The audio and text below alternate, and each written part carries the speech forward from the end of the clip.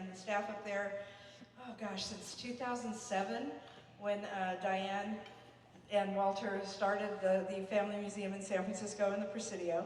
And I had the great honor of being the contact between the Walt Disney Company and the Family Museum to help get it going, and worked with these ladies for a long, long time. And I'm very, very pleased to introduce you to them. And so give a big, warm welcome to Kirsten Komorowski and Bree Bertolacini. Come on up, ladies. And they're going to tell you a little bit about the making of this wonderful new book.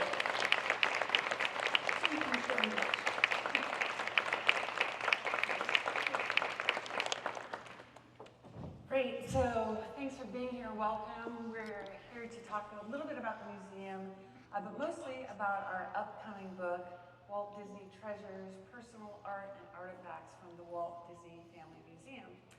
And as Becky said, I'm Kirsten Komorowski. I'm the Executive Director of the museum. And I'm here with Bree Bertolacini, who is our Content and Research Manager. And she is responsible for this entire presentation. So she's the hero, I'm the sidekick. Not even. All right.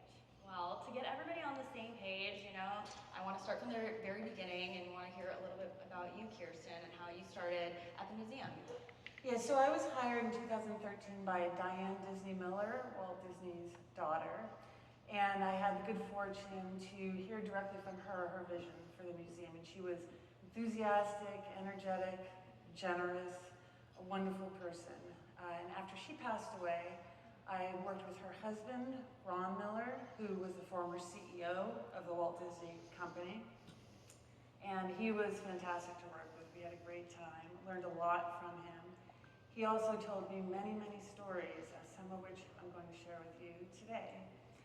But after his passing, their daughter, Tammy Miller, took over, and she was a great leader for us, especially through our temporary closure during the pandemic when we went to a lot of virtual programming.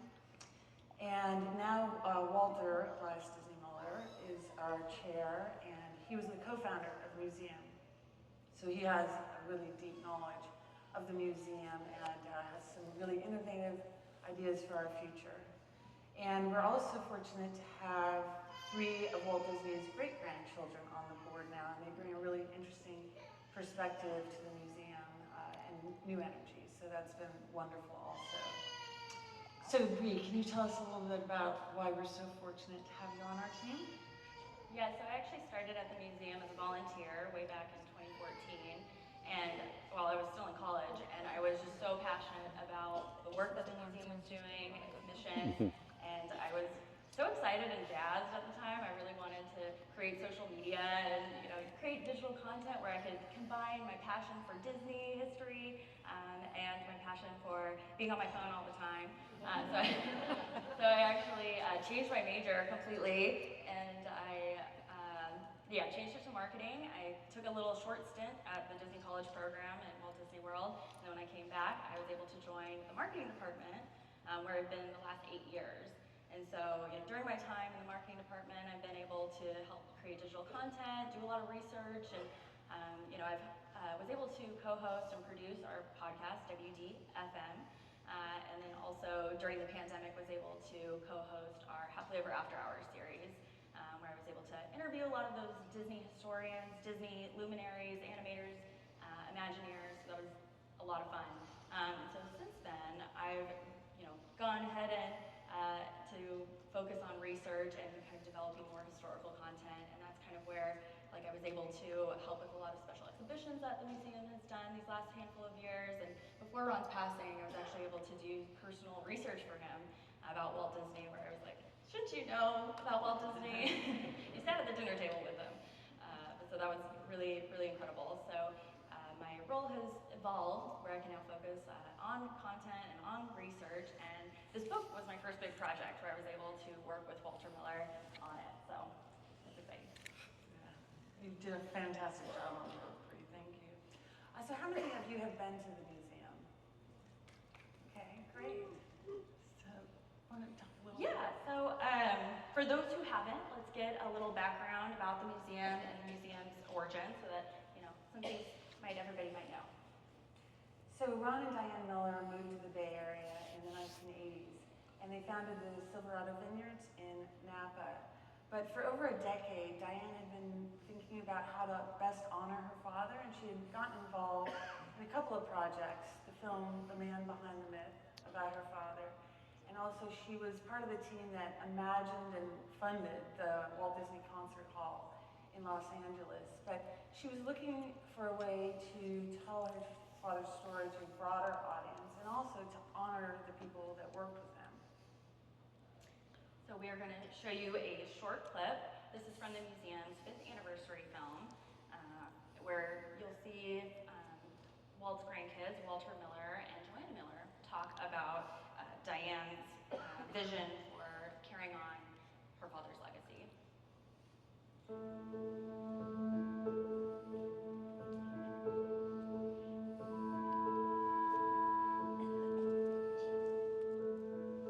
My mom grew up with my grandpa, and she knew the man that she had known, her entire life. Mom's always been very private about our lives, and she, had 7 children, and, our last name is Miller, and I think she really liked having an ordinary name after being Diane Disney, and everyone knew who her father was.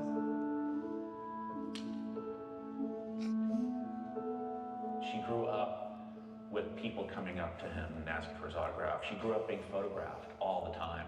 She's sharing that part of her life and her childhood that she always kept very private.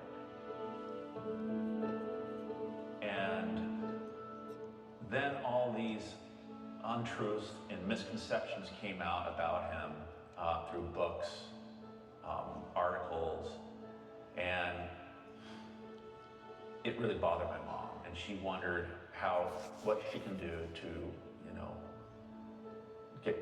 be rid of all these misconceptions of the man. It was Mom's drive to educate people about the man that was her father. To portray her father as a father and a human being, and not just a name behind a brand or the company.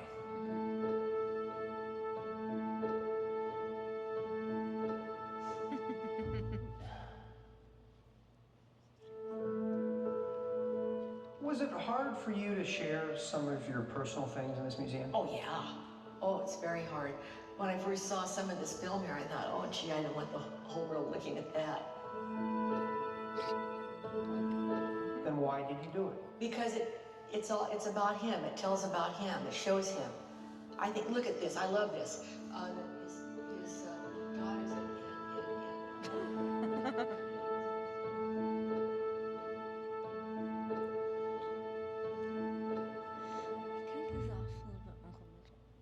Yeah. I just love all of that home video. I've peppered in some never before seen family home clips in there, so throughout, so enjoy.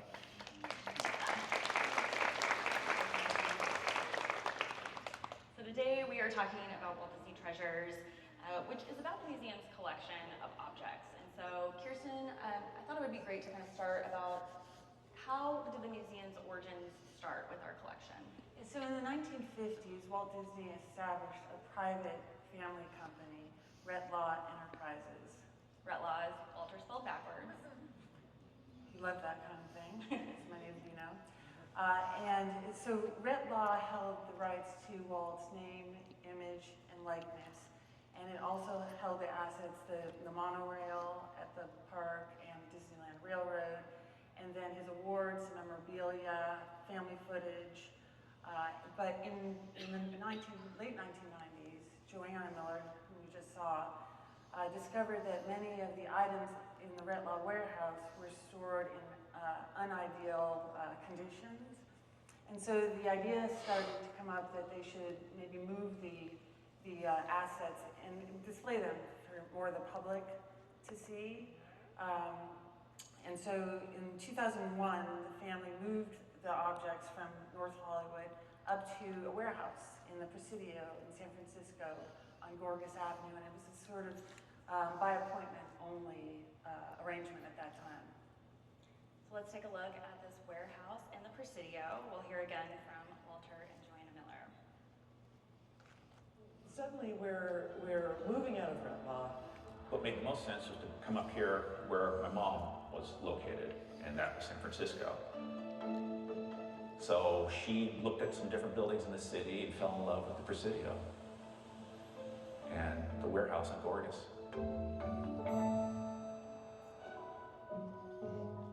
This stuff is just being, right now, for all intents and purposes, it's just being warehoused. The purpose came around to being that we really need to create a museum. We really wanted to protect his history. We thought at first that this would be where we do everything, in this warehouse. And then, You outgrew.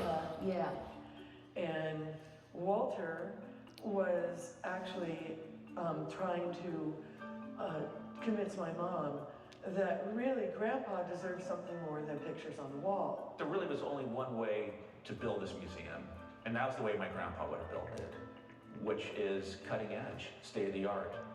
It was growing.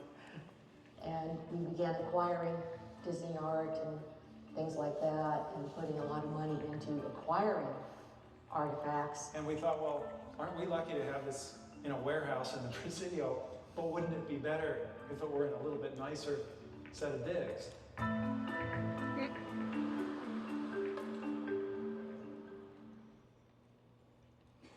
Well, as the museum's collection was growing, so did the scope of the project. So Kirsten, can you talk a little bit about the construction of the museum in the Presidio? Well, Diane was involved in every step of the design and construction of the museum. And it was important to her to tell the true story of her father as a grandfather, a father, a son, a boss, a creative leader. And she wanted every gallery to represent both his personal and professional life. And so ultimately they decided, they looked at a number of locations across the country, and ultimately they decided that the Presidio was a good location. They moved it from that kind of rundown warehouse there, nondescript, to a barracks building in the Presidio. And they retrofitted it for seismic issues and remodeled it. And they transformed an outdoor courtyard into a two-story glass enclosed gallery from which there are iconic views of the Golden Gate Bridge. We'll have one clip here about some archival footage of the construction of the museum, and then at the very end, you'll hear from Ron Miller, son-in-law of Walt Disney, his thoughts about the project. This is the entrance. You walk in here. You know, the project is underway, and this is finally coming to reality, and Mom is here all the time. She knew where everything was. And we'll have some really nice benches, upholstered benches in a lovely shade of green that go along the walls. And she's welcoming to people who are interested in the story, almost like Grandpa, I'm thinking now. Because Grandpa loved to tell people and show people what he was doing. That's it, right here. Disneyland. We are right here. We're right here. Yeah, there. Here's the desk. This is Gallery 1. You enter it here. He is born. He's born in Chicago. His story was not the company's story. His story was a very personal story, and it led us to tell the story in the first person. And the opening line is, you hear my father's voice. My father worked as a carpenter on the World's Fair for $1 a week, saved enough money to go and visit it. I love how he did it.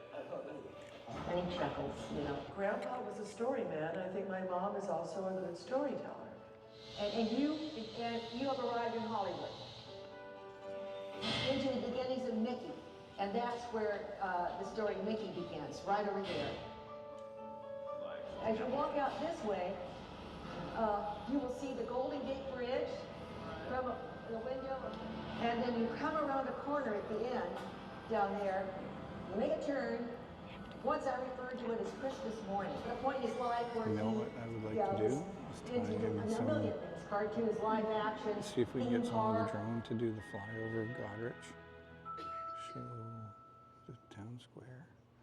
his dad's homestead, the Disney Street sign, and then some of that kind of tie it all together. That would be cool.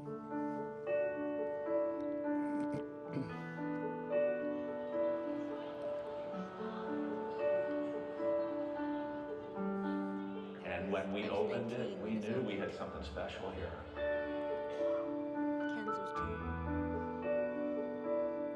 I wasn't. We knew it was a great tribute and a beautiful place to honor my grandpa and the men and women that worked for him. I looked at it, I went through it, and remember we started from nothing. A few memorabilia items and everything else. And I thought to myself, my God, this is just something magnificent.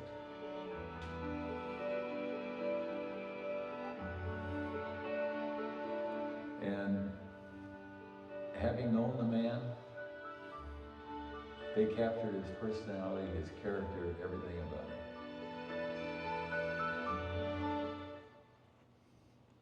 I love that. I love hearing from Ron. Well,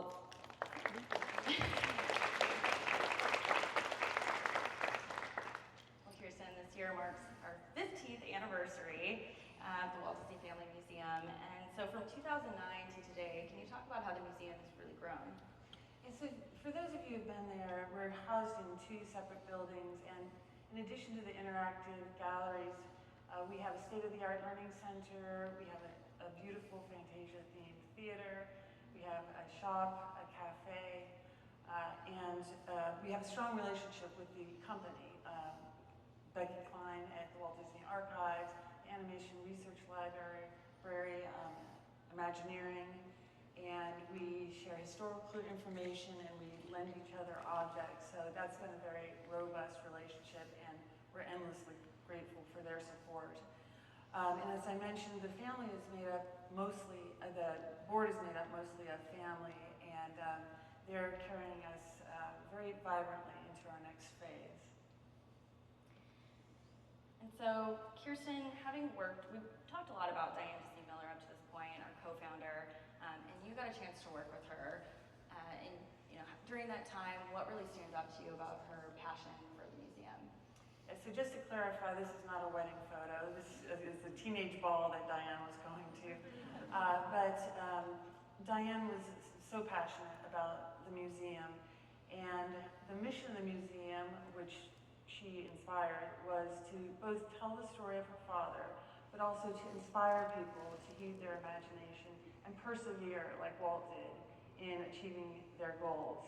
And that continues to inspire us today. So to pay homage, we have a video to commemorate Diane and from those who loved her most. I am Diane Marie Disney. I'm 5.5 years old. I have a little sister and she's 2.5. Her name is Sharon. May Disney. Do you girls know this character, Disney? Yes, he's our father. I remember one little girl at school who came up to me and said, "Is your father really Walt Disney?" And I went home and said to Daddy, and just looked him up and down and said very disgustedly, "You never told me you were Walt Disney." Very exciting period. There's a video globe there. Here's a Lily Bell over here. All the, the video monitors. My mom had an incredible energy and a incredible curiosity like my grandpa, like her father did. So. Okay. Had a wonderful sense of humor, laughed at herself often. Are you lost? Yeah. My mom was so passionate about this project, and she was so well versed on this project. She was at every single meeting. She didn't miss a meeting. She was involved in every little bit of this project, from the very beginning, from the conception to the very end. She was on the job 24 hours a day, and she never got tired of it. This is really used brick. Darting around, hard hat. It's hard to keep up with. Everyone that worked here knew her. Well, how are you? Good. Good to see you. I can't believe what's happening here. And she was aware of every little aspect of it. That's that intumescent paint. That's right. Yeah. She knew what she liked and she knew what she didn't like. Strong-minded, and of course, she takes after her father there. So she could walk in there and go, it's not gonna work. Gallery one's not gonna work. I don't like this idea. You know, we need the ambulance here. We need this. She knew right where everything was. She knew how it had to flow and how she wanted it to flow. She was so passionate about this place, and she had so much more to give. And she just wanted to get on with it always. And it won't be the same without her. Mom's statement, when people ask her, why don't you write another book on your father? And she says, this is my book. This is her book. Yeah.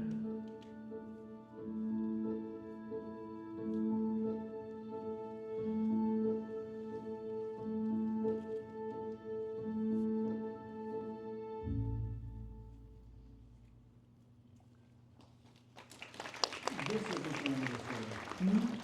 No, the story will never end. Because it's limitless. It'll just go on.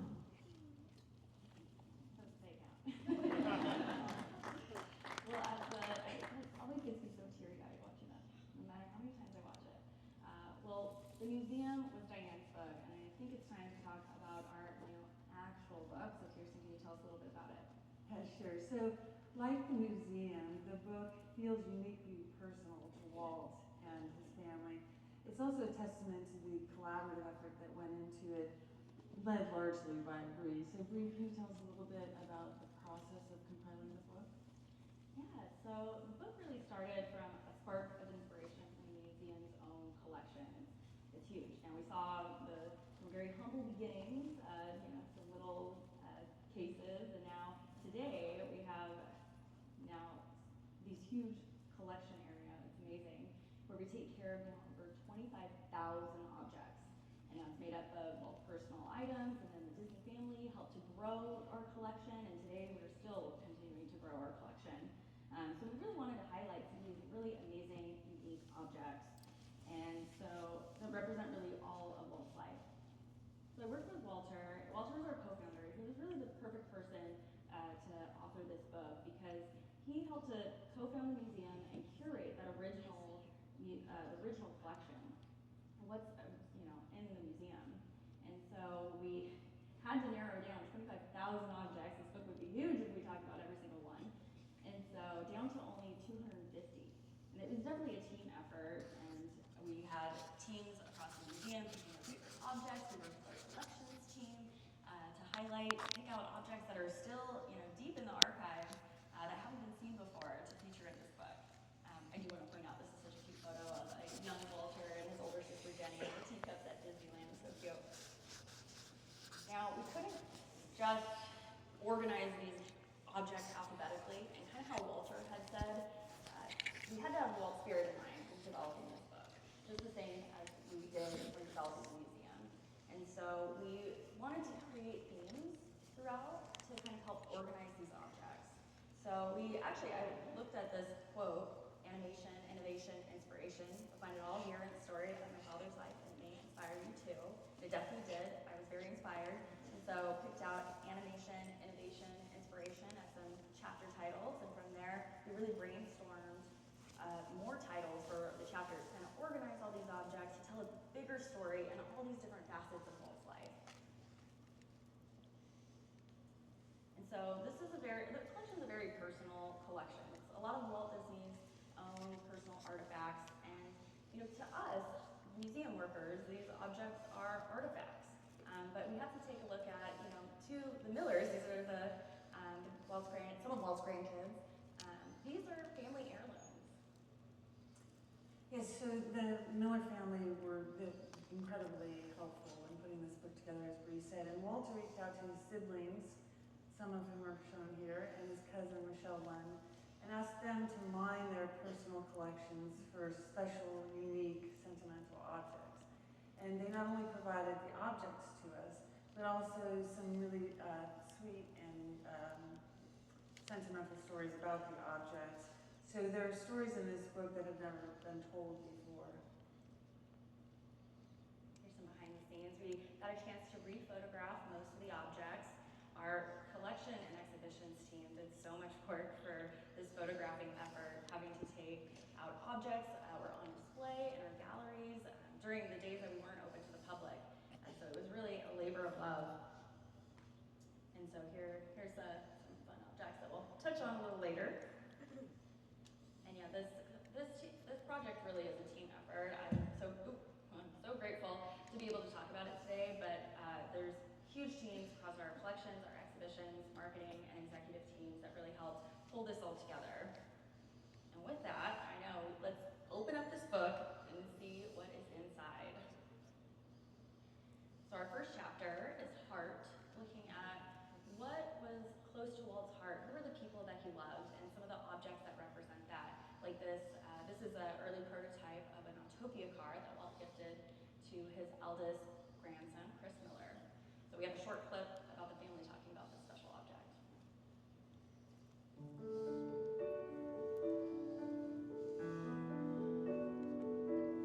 One day we go to the studio, and Grandpa gives Chris a key, and there's this beautiful little sports car.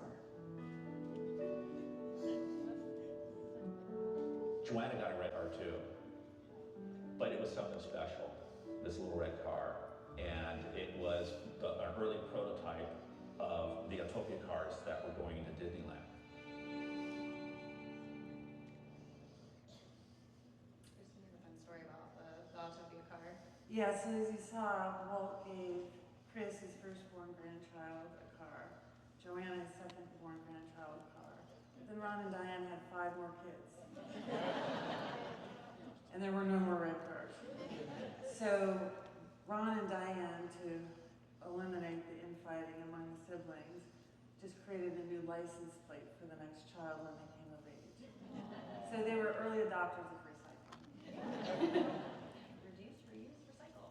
So this is a very special object that was given to us from Walt's granddaughter, Jennifer Miller-Goff, just for this book specifically. She got it out of her personal archives.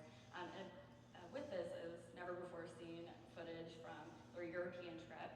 So this is a souvenir bracelet that Walt and Lillian picked up along the way, and they were missing their young daughter, who was only 2 at the time.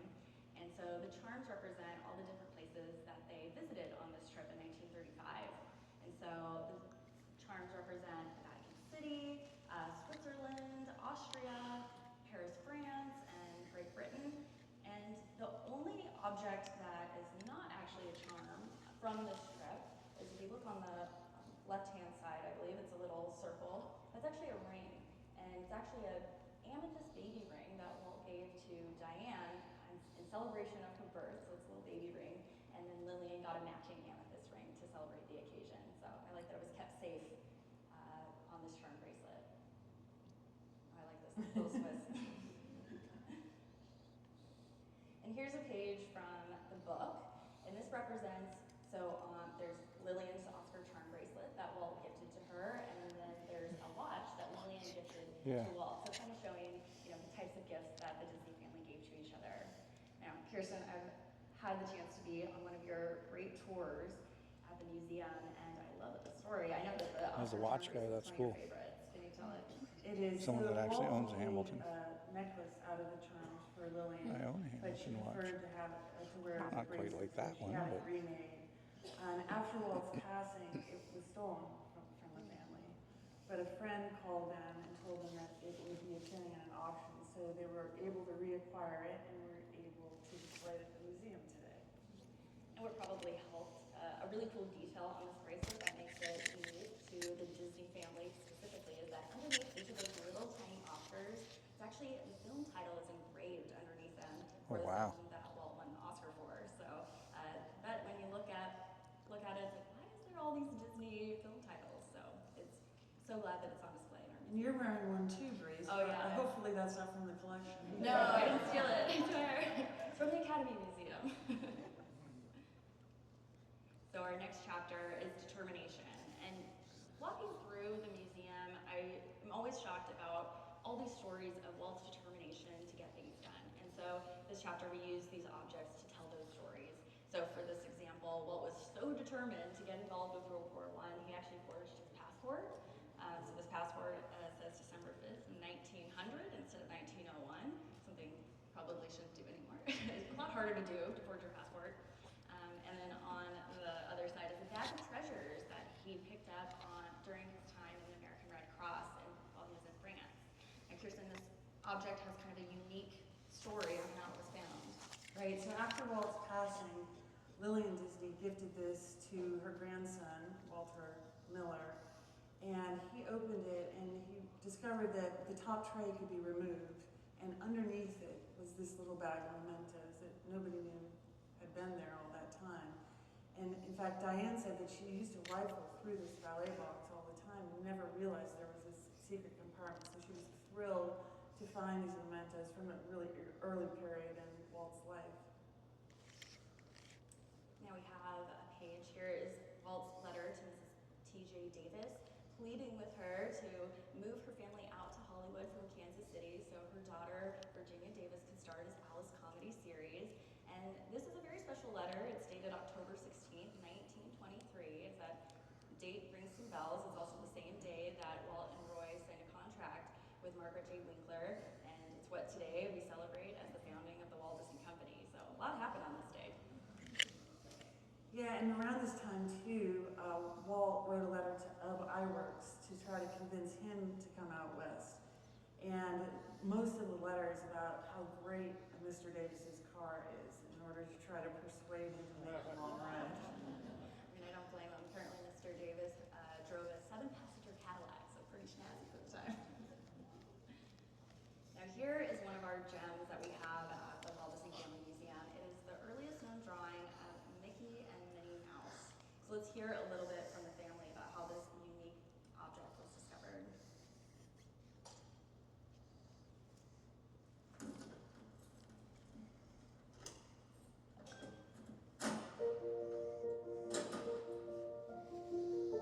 I think it was in a safe. There was a vault, a safe. One of the things that shocked Mom during the end of Route Long was that we found something that my uncle, Bill Cottrell, had put safely away. And really never said anything about it, just said that Diane on several occasions did something very special in that safe. And I realized I didn't even know about it. Wow. It's on animation paper. That's awesome. That has been verified as being animation paper of that era. And it was a very early crude drawing, several drawings on a piece of paper. It looked like basic animation paper, browning and everything, of Mickey Mouse. One of the first drawings of Mickey. And there's Minnie over there. You know, it's definitely the beginnings of this character that launched the rest of Grandpa's empire.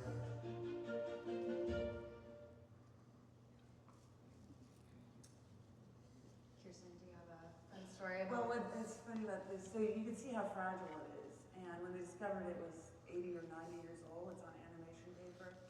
So the conservation team did some conservation work on it, stabilized it, housed it properly, and then they put it in the climate-controlled area for Diane to come and view.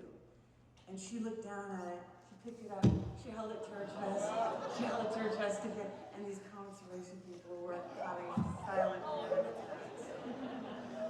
As a person who works in museums, That's funny. oh my gosh.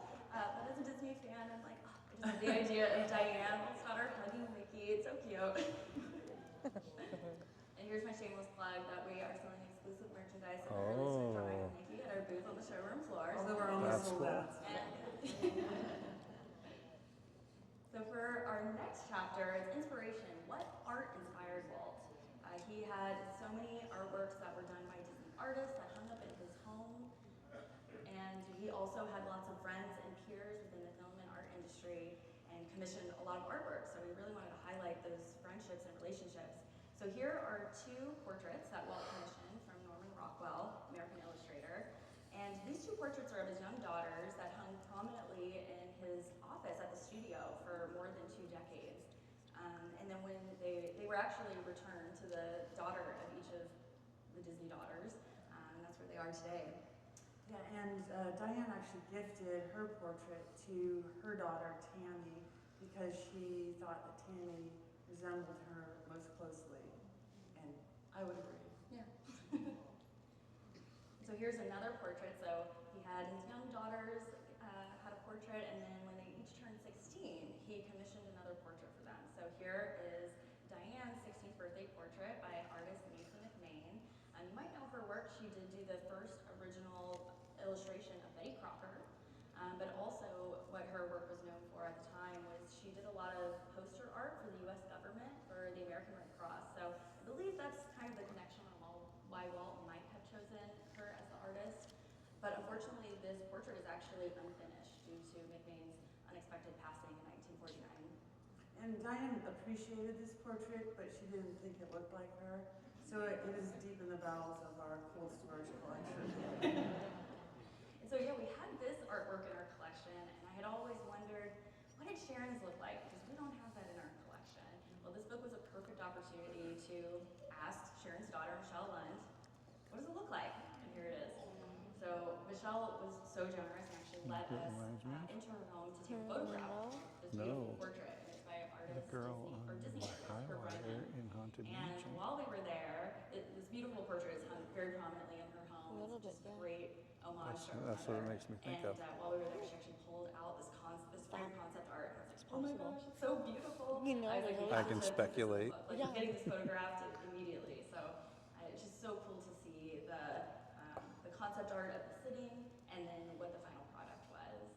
And so Kurt Bryman, if y'all don't know, Walt had recruited him to work at the studio based on his personal art, and then later recruited him to do some of the earliest designs of Disneyland.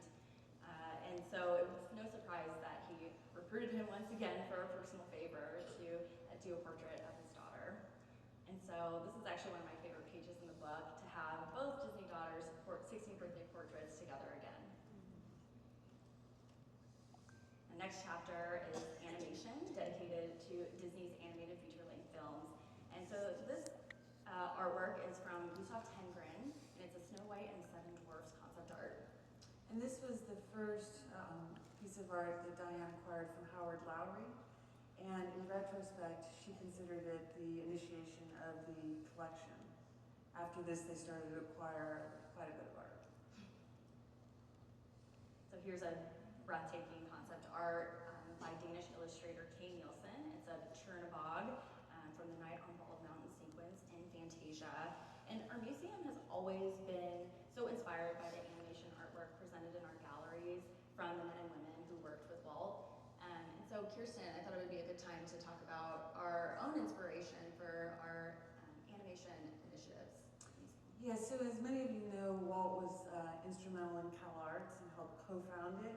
And Diane was also very interested in educational programming at the museum, including reaching underrepresented communities. So we have a wide array of educational programming, both at the museum and off campus.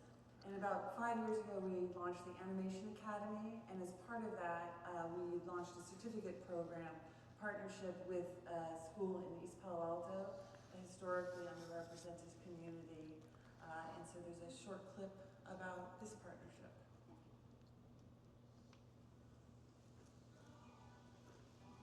This year, we've started a certificate program in partnership with Eastside Preparatory High School in East Palo Alto, California. Our vision for the Academy was to create an educational program that really served as the cornerstone of our museum's mission. For the Animation Academy and the certificate program, we teach the basics of animation and filmmaking to start off with. They can come in and learn about animation and storytelling and concept art. This really is the first of its kind of a program here at Eastside, and one of the reasons why we're so excited to add this animation program where so many students are interested in the topic, but then to be able to have such a well thought out, structured program that includes this certification as part of this year-long program was really appealing to us. We got an email from Chris, which is like our principal, and like I saw it and I was like, oh, this sounds like really cool. And so like I saw that there was like an application process, so I applied. I'm going to college for animation and illustration, so I'm really excited to like have like this time that's like dedicated like specifically towards that. I'm looking forward to bettering my skills in animation because I am looking forward to doing it in the future. So this program really helps me build up my skills for that. I'm personally very interested in joining a career that's related to animation. So I thought if I joined here, I could learn more about like the principles. A big part of what we have as a philosophy here is to say that we want to meet each student who they are and where they are.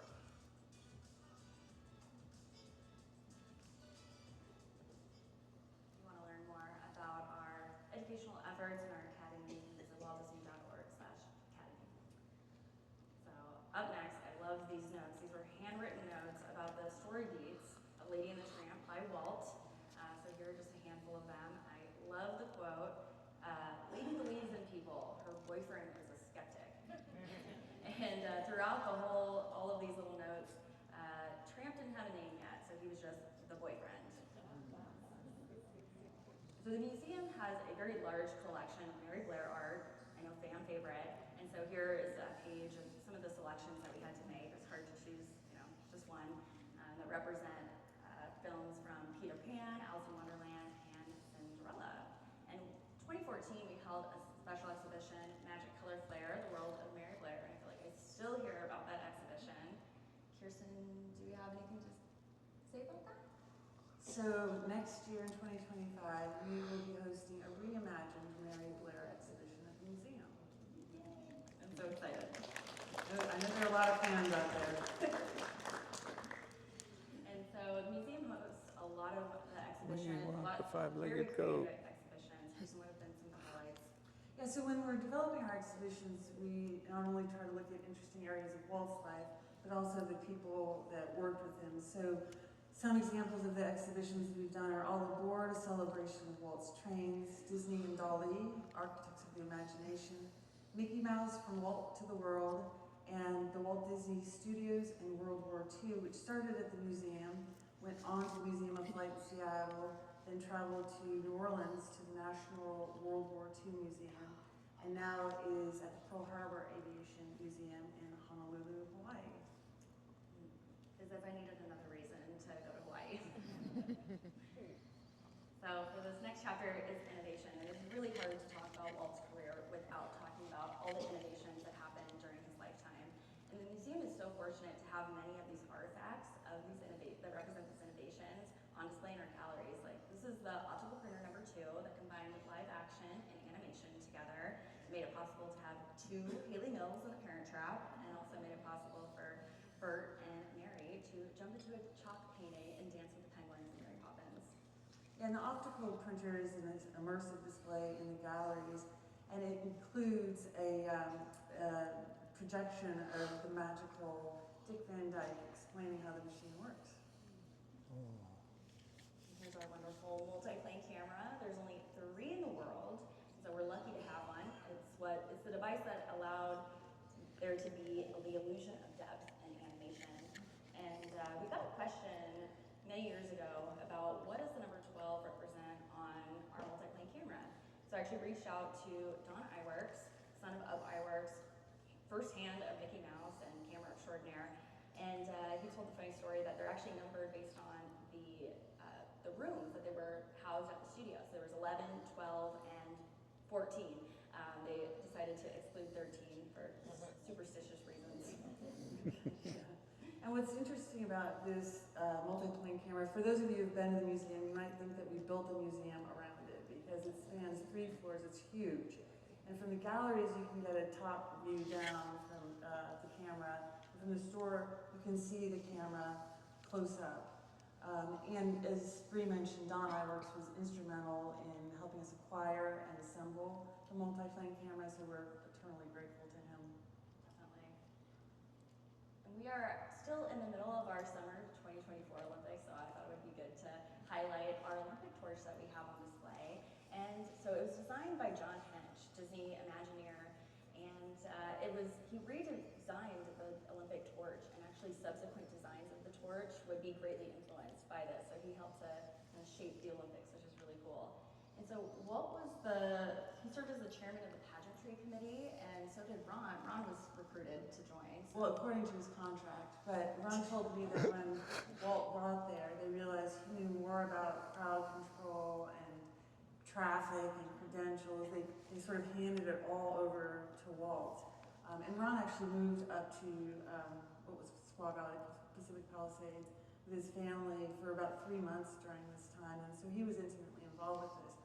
Well, after the Olympics concluded, they called a meeting with Walt, and Ron attended, and Prentice Hall nervously finally got around to the point, and he said to Walt, "You went way over budget." And Walt said to him, "Prentice, you hired me. You know who I am. If I went over budget, you gotta figure it out." It was probably up to that point one of the best Olympics. Yeah, and Ron and Diane ran into Prentice years later, and Prentice told them that was the most memorable meeting he had ever had. So this is a very special object. This is Herman Schultheis's notebook that documented the special effects and how the visual effects were done for the time that he worked at the Disney Studios from 1939 to 1941. So this object is really, really interesting because animation historians at the time, Disney didn't document how all the visual effects were made. They just continued. Nobody thought to write things down. Luckily, Herman Schultheis did. But this object was actually lost to time, and it wasn't until 1990 Howard Lowry actually discovered it at Herman Schultheis's former residence. Herman Schultheis had left the film business and actually literally got lost in the jungles of Guatemala, never to be seen again. So it was lucky that Howard was able to go through Herman Schultheis's former residence, and he found this object in a set of drawers. So it really details all of the wonderful innovation and visual effects of the Disney Studios. Yeah, what's great about this object in the museum, it's under glass, but we have an interactive display where you can page through and understand how they created these special effects back in the 1940s. And we commissioned a book about this notebook by animation historian John Canemaker, and it is called The Lost Notebook, Herman Schultheis and the Secrets of Walt Disney's Movie Magic, available at our store. So what did Walt do when he was off the clock to really spark his own creativity? And during the 1930s, Walt actually really struggled with his ever-growing animation studio, and so he actually sought to have a better work-life balance and picked up a lot of great new hobbies and ways to stay active throughout his life. And so here's his Lily Bell train that he had go around his home in the Carolwood Pacific Railroad. So we have the train on display, which is super cool. And here's a special clip of Ron Miller driving the train, all 6'5" of him. And that's Diane and his brother John Wayne Miller in the rear. John Wayne Miller was named after John Wayne. What's the coincidence here? Yeah, so this has never been seen. We've never showed this publicly. Walt is behind the camera, and on the sidelines we see the rest of Ron's family. So. Ron loved this clip. Yeah, and we found it. Oh, so great. Well, Walt really enjoyed the little things in life, and that was he really enjoyed miniatures, and so he liked to collect and actually craft his own miniatures. The museum is really fortunate. We actually have Walt's full collection of miniatures. It's around 1,500 pieces. Luckily, they're extra small, so they're easy to store. They don't take up much space. Yeah, and Ron told the story that at some point Walt was diagnosed with hypertension, and his doctor told him he needed to do something to relax. And so he took up making miniatures, including a 4-poster miniature bed, which Ron and I agreed did not sound relaxing at all. So this is Walt's life member Trojaners Club from the University of Southern California. Walt had a long relationship with the with USC, and starting with the Trojaners, where he was actually president for a time, and it was program designed for men who didn't go to college but employed those who did. And so he was, Walt famously never finished high school, but luckily he was given an honorary degree from USC. But later in life, his daughter, Diane Disney Miller, went to attend USC, where she would meet her husband, Ron Miller, who played on the USC football team. Yeah, and Walt liked to go and watch Ron play, and he played for a year at the Los Angeles Rams. And Walt asked him what he was planning to do the following year. And he said, well, I think I'll sign up for the Rams again. I got a good contract deal, $8,000 a year. And Walt said, no, you're going to come work for me. He said, I'm tired of seeing you get your bell rung, and I'm not raising your kids. I am forever grateful that Walt recruited Ron, because Ron would go on to found the Disney Channel, which really is very important to my childhood. That's funny. Now up next, this is another object that the family looked within their personal archives and got for us for this book. So these are Walt's cowboy boots, and gifted to us from his great-grandson. And so Walt's love of horses really spans throughout his whole life, dating back to his roots in Marceline, Missouri, and became a lifelong hobby, as you can see in these wonderful, wonderful clips.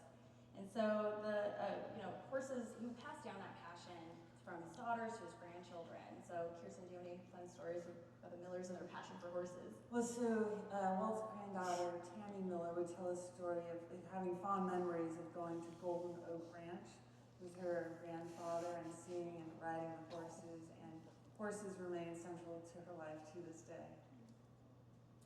We have a very special clip that we've never showed before. Kirsten, you want to tell us a little bit about it? Yeah, so Ron would tell this story about his first production job on the old Yeller set and a horse. And this interview was done in 2016 by Pete Doctor, Jonas Rivera, and historian Don Perry. So yeah, we've never showed this before, so this is really, really special. At that time, we were out at the Albertson Ranch, which is now Thousand Oaks, and there was a tractor. And at that time, you tried to get perfect sound. So when you had a dialogue scene, we would wait for a plane to go over. But there was a tractor, and Bob Stevenson, the director of the film, said, would somebody go over there and pay the guy to stop this tractor? So old Cowboy Ron, I got on this bareback horse, and the horse, he treated me well. He came right to where I wanted to go. And so I offered the guy $5, and he closed down his tractor. Well, I didn't know this much about horses, but when you head him home, he's a different horse than when he's going away from home. And I headed him home, and I ended up about 6 feet up in the air, and that horse beat me back to the set by a good half an hour. And they were waiting for me, the whole crew, the whole cast. And when I walked onto that set, they gave me a big cheer, but they all had their laughs. That was a great experience working on that film, because I think it's one of the great films that Walt ever made. Oh yeah, that's great. Yeah, I was That's funny. fortunate to hear this and many, many other stories about Walt and the family from Ron. He was a brilliant storyteller. Really was.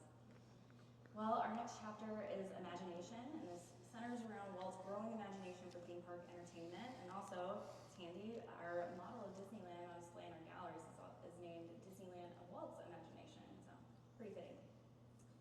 So on display we have a beautiful Griffith Park bench that was gifted to us by Griffith Park, and what's significant about this is, as many of you know, Walt imagined Disneyland while sitting on a bench at Griffith Park, watching his daughter ride the merry-go-round. So you too can also sit on one of the benches that Walt might have sat on. Also, as many of you know, Walt had an apartment at Disneyland above the firehouse on Main Street, USA. And here him and Lillian helped to furnish this apartment together in that Victorian era look. And so here is a faux green kerosene lamp. And this lamp was an actual lamp that sat in the window looking out onto Main Street. And so in the 1980s, the family actually reclaimed most of the furniture in the apartment. And so that is now in our collection. So we have a select bit of furniture on display in the museum. Yeah, I And I like to point out in this photo that the girls in the stripes are now my board of directors. But after the family took the furniture, it was replaced with very ordinary furniture. But years later, Imagineering went in and recreated the original look and feel of the apartment. So if you go in it now, it really is true to what it was when Walt and Lily were in the apartment. Did Ron have any fun stories about the apartment? Well, he would say when they would sleep over there, they didn't realize that the jungle cruise ran all night. And so it was truly like sleeping in a jungle. Incredible. Well, we wanted to pay homage to Disney legends and married couple, Mark and Alice Davis, who both worked on the It's a Small World attraction for the New York World's Fair 1964-65. So we have a concept drawing that Mark did and a costume design drawing that Alice did. Yeah, and Alice was a dear friend of the museum, and we recently participated in the auction of Mark and Alice's work, and were able to acquire some beautiful artworks from that auction. Can't wait to see them on display someday soon.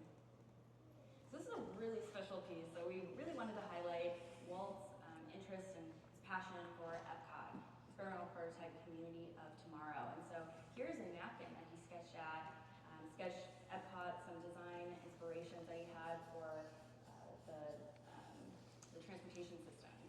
And so he actually discarded this napkin, and his gardener picked it up and asked if he could keep it, and it luckily stayed safe and made its way back to the museum many years later.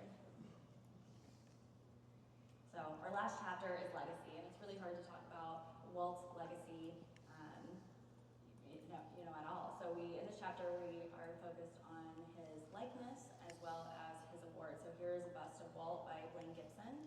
And it's actually a one-of-a-kind sculpt that Blaine did and gifted to the family. And Blaine had said that he hoped to capture the look of Walt walking through Imagineering or WED at the time, looking at all the projects. This is my favorite object, and the weirdest one in the book. These are Walt's hands, a cast of Walt's hands that are painted bronze by Dr. Adrian Flatt. And Dr. Flatt actually commissioned lots of castings of famous people's hands. He was an orthopedic surgeon.